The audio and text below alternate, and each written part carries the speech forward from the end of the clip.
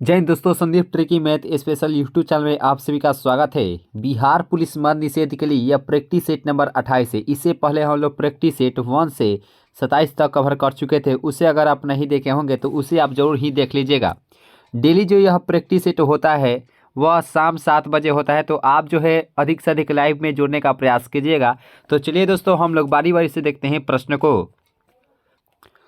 और आज का फर्स्ट प्रश्न की अरावली एवं विंध्य श्रृंखलाओं के मध्य कौन सा पठार स्थित है। 4 ऑप्शन आपको दिया गया है। इसका राइट आंसर क्या होगा कि अरावली एवं विंध्य श्रृंखलाओं के मध्य कौन सा पठार स्थित है। तो यह मालवा का पठार स्थित है। ऑप्शन नंबर जो ए है इसका राइट आंसर हो जाएगा।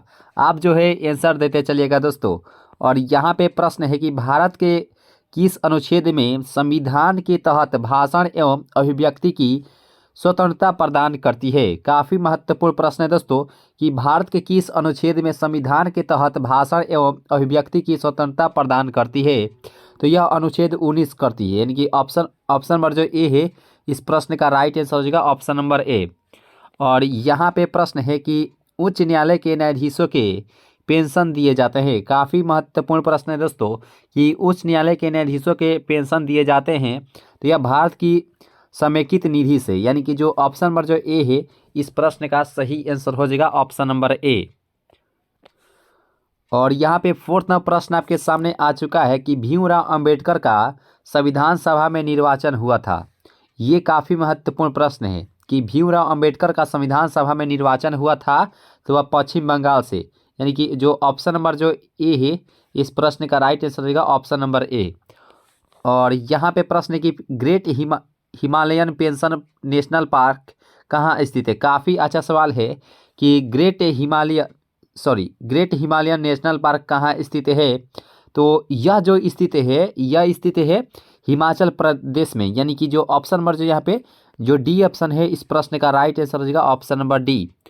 और यहाँ पे प्रश्न है कि चंपारण नील आंदोलन के राष्ट्रीय नेता कौन थे। काफ़ी अच्छा सवाल है कि चंपारण नील आंदोलन के राष्ट्रीय नेता कौन थे। तो इसका जो राइट आंसर हो जाएगा वह महात्मा गांधी थे, यानी कि जो ऑप्शन नंबर जो ए है इस प्रश्न का राइट आंसर हो जाएगा ऑप्शन नंबर ए।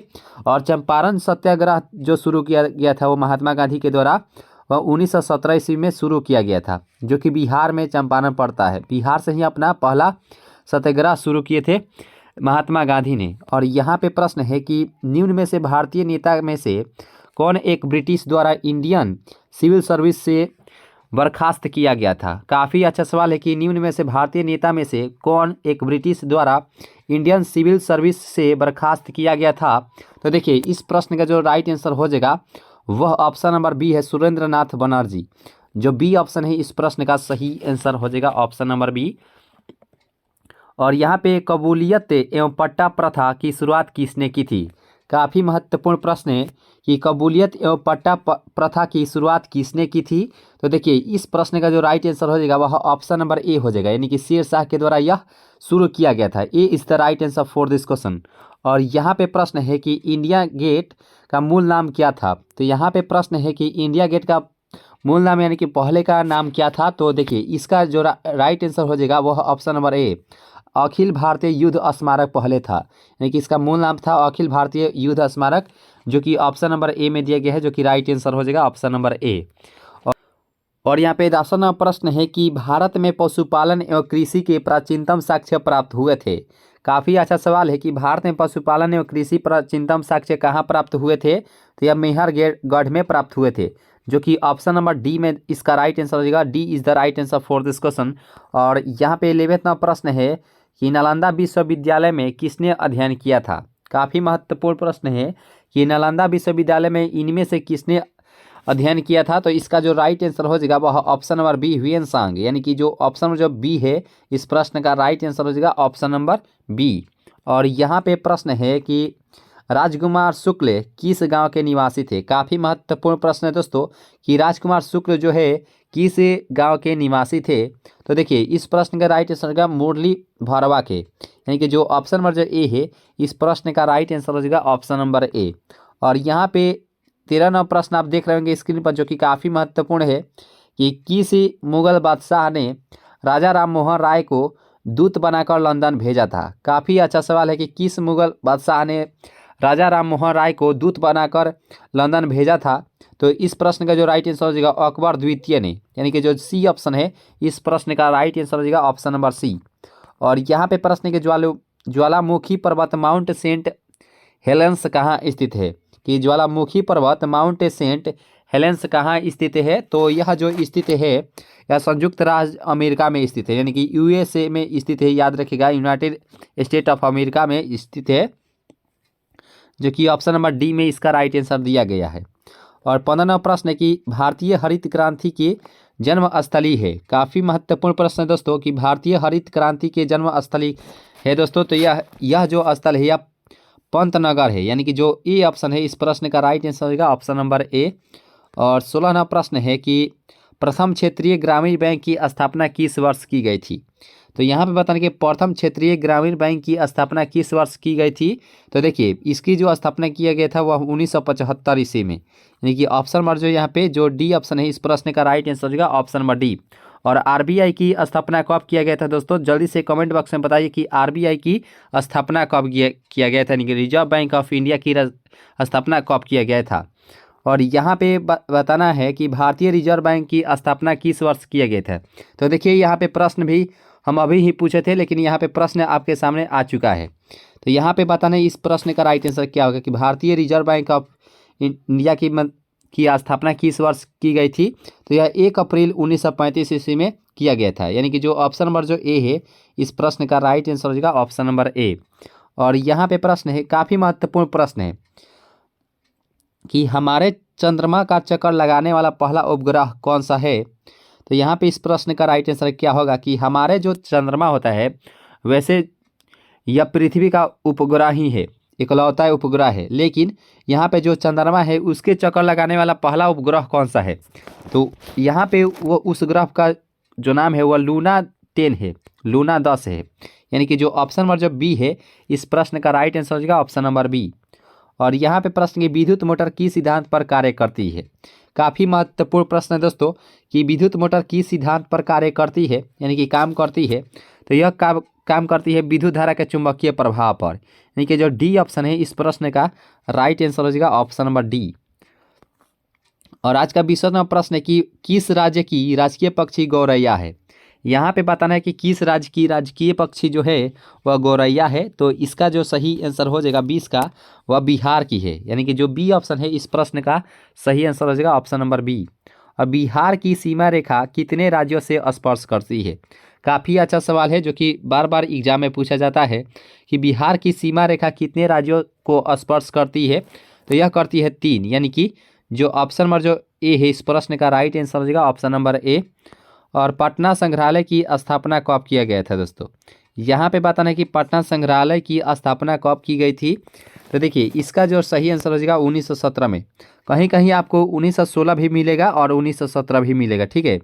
तो आप लोग अगर देखिए अगर 1916 और 1917 अगर एक ऑप्शन में अगर दिया गया है, चारों ऑप्शन में से 2 ऑप्शन में आपको 1916 और 17 दिया गया है, तो आप लोग 1916 के साथ जाएंगे, ठीक है, 1916 के साथ जाएंगे।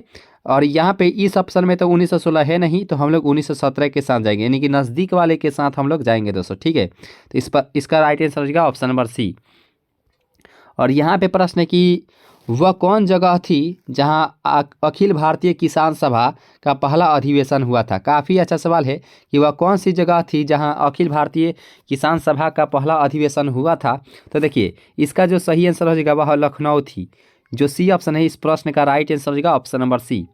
और यहाँ पे प्रश्न की डैश 3 तरफ से पानी से घिरा हुआ है एक भूभाग है। तो यहाँ पे बताना कि डैश जो है 3 तरफ से पानी से घिरा हुआ एक भूभाग है, तो क्या इसका आंसर क्या होगा? तो वह प्रायद्वीपीय समूह होता है, यानी कि जो ए ऑप्शन है इस प्रश्न का राइट आंसर होगा ऑप्शन नंबर ए। और यहाँ प्रश्न की भारतीय राष्ट्रीय जलीय जीव कौन सा है? भारत का राष्ट्रीय जलीय जीव कौन सा है? तो यहाँ पे इस प्रश्न का जो राइट आंसर हो जाएगा सभी दोस्त का आया होगा ऑप्शन नंबर ए, यानी कि डॉल्फिन, जो कि राइट आंसर हो जाएगा option number A is the right answer for this question.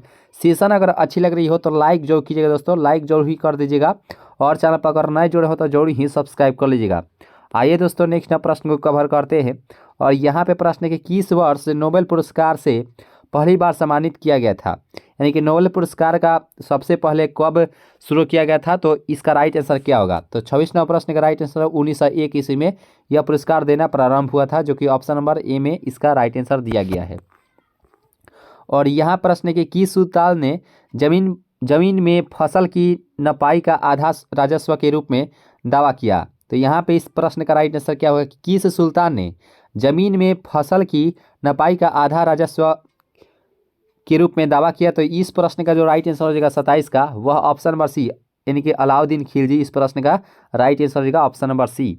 और यहाँ पे प्रश्न है कि ईसा पूर्व 6ठी सदी में विश्व की प्रथम गणतंत्रात्मक व्यवस्था कहाँ थी। तो यहाँ बताना है कि ईसा पूर्व 6ठी सदी में विश्व की प्रथम गणतंत्रात्मक व्यवस्था कहाँ थी। तो इसका जो सही आंसर हो जाएगा वह वैशाली थी, यानी कि जो ऑप्शन नंबर जो ए है इस प्रश्न का सही आंसर हो जाएगा ऑप्शन नंबर ए। और यहाँ प्रश्न की इतिहासकार अबुल फजल का कत्ल किसने किया था। काफ़ी महत्वपूर्ण प्रश्न है, ये पूर्णतः VVI है कि इतिहासकार अबुल फजल का कत्ल किसके द्वारा किया गया था। तो इस प्रश्न का जो सही आंसर हो जाएगा 29 का, वह डी हो जाएगा, वीर सिंह देव बुंदेला ने, यानी कि जो डी ऑप्शन है इस प्रश्न का राइट आंसर हो जाएगा ऑप्शन नंबर डी। और यहाँ प्रश्न है कि भारतीय राष्ट्रीय कांग्रेस का 27वां अधिवेशन किस स्थान पर हुआ था।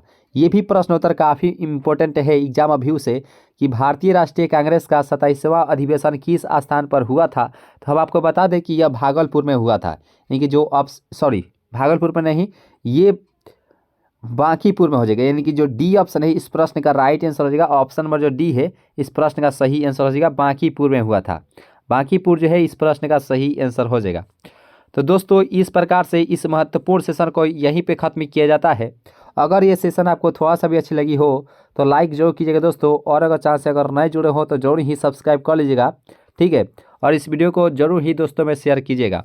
इसी प्रकार से महत्वपूर्ण सेशन आते रहेंगे ताकि आपका जो एग्जाम में प्रश्नोत्तर ना छूटे। मिलेंगे नेक्स्ट क्लास में, अभी के इतना ही दोस्तों, जय हिंद।